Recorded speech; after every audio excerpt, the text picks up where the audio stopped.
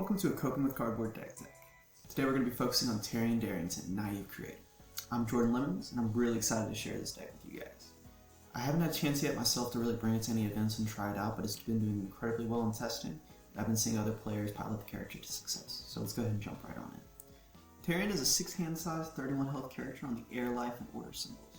He has two great abilities that allow us to be a powerful toolbox character in the early to mid game, and then shift into an offensive powerhouse in the late game. Primary game focus is going to be to go ahead and use our defensive foundations and all of our new assets that we build in to speed control and survive, and then later off finish our opponent with a very large Bedazzled Helm Blast or Scrap Cannon to go for game. The most important cards in any deck are going to be the ones that win us the game, and this deck is no exception.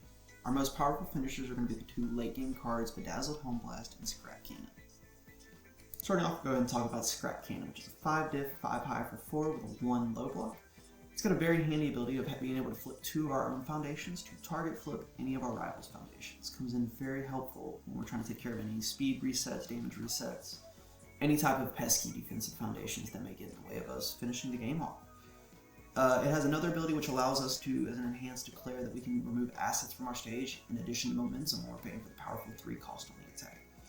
This ability is what allows us to get this attack above 20 damage very easy to finish off games, all while wearing the speed from Terry's enhance very well. In that same vein, we run Bedazzled Helm Blast, a new card from the Heroes of Exandria set. This is a 5 diff, 3 high for 6 with a +2 low block that has powerful 5 and breaker 1. It also has a nice little handy blitz ability that allows it to get +1 speed for each asset in our stage, which in conjunction with a lot of the utility pieces we'll be discussing later on in this video, can become very terrifying late game to say the least. To go with these powerful game-ending attacks, we also have a ton of utility cards that are going to help allow us to advance our game plan. To keep things simple, we're going to go ahead and divide these up into 2 categories. We're going to have momentum generators, and then we're going to have tutors. To get things started, let's talk about some of our momentum generators. Our momentum generators are going to be highlighted by High Velocity Slice, Dual Needle Lunge, and Fodging Flip. These 3 cards all serve a very similar purpose, which is they get us a momentum at either a free cost or a very low cost for us. This momentum is mainly going to be used for one of 2 things. Early game and mid game, we'll use it with Terry to go ahead and build in all of our cool assets that we're checking and discarding. And then late game, we're going to use it in conjunction with the assets to power up our Bedazzled Helm Blast and Scrap Cannons to go for game. Our next set of cards are going to be our tutors. Anyone new to card game jargon, tutors are cards that we can use to selectively filter out and find other cards that we're wanting at that specific moment. The main suite of these cards that we're going to focus on are going to be Hunter's Ally, Beast Titan Attacks, and Ready Shot. Just to help give them a little bit more time in the sun, we're going to go ahead and talk about each of them individually. Hunter's Ally is a 5 diff, 4 high for 5 with a 2 mid block, and the blitz ability to build in any ally card from our discard pile directly to our stage.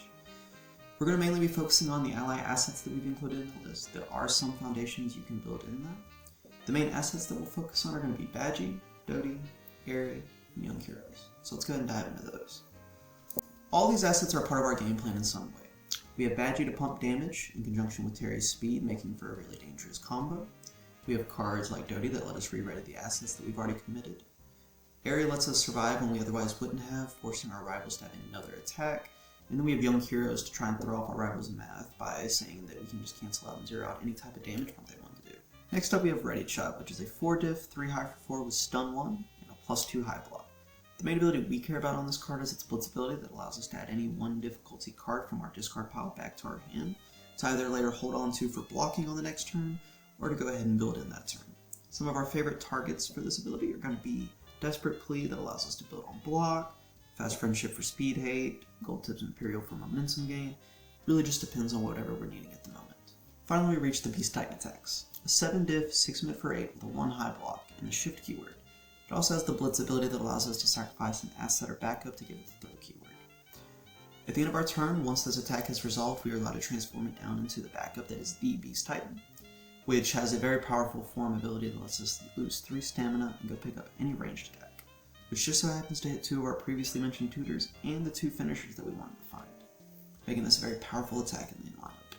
Tarryon is a character who thrives in the late game, and to help ensure that we make it to that point, we are running some of the strongest speed control in the game through our assets and also through a lot of our foundations that we choose to play. Some of these that we're going to highlight are going to be Vertical Maneuvering Equipment, Desperate Plea, and other cards of the such like High Value Target and Keiko's Hand. Through Tarryon's ability to give and take away speed, we already have an amazing sense of control. By adding in cards like Idun's Box and Vertical Maneuvering Equipment, we further enhance that control, Itunes blocks allows us to reset zones and speed whenever we feel the need to, or even take away an unblockable status if it was granted, while vertical maneuvering equipment, in conjunction with momentum we're generating, lets us change zones whenever we feel free. These both being assets also is a huge benefactor for the deck, allowing Tarryon to build them in whenever we see the fit. We've shown that we have the ability to block our rival's moves, but the only thing better than that would be just telling our rival to stop attacking us. We're going to try to achieve that through the cards Keiko's Aid and Desperate Plea. Keiko's Aid allows us to on-block, add +2 difficulty to any further attacks that our rival may want to try and play. With this being stackable, this can obviously just end the opponent's turn as we have 2 or 3 out at a time. We also have cards like Desperate Plea, which its main purpose in this deck is allowing us to cheat out our high difficulty assets on block. Both USS and Young Heroes both have very easy to hit mid blocks with low numbers, so just by simply flipping Desperate Plea and building those in allows us to give a huge speed debuff to our rivals' following moves, discouraging them from keeping on attacking. Tarryon is a powerful character who has a lot of lines he can choose to take based off different matchups and scenarios presented. However, with a lot of time and practice put into him, I feel like you'll be winning locals in no time. You just have to take the tools at your disposal and not be afraid to make mistakes. I'm Jordan Lemons with Coping with Cardboard. Until next time, have a good one.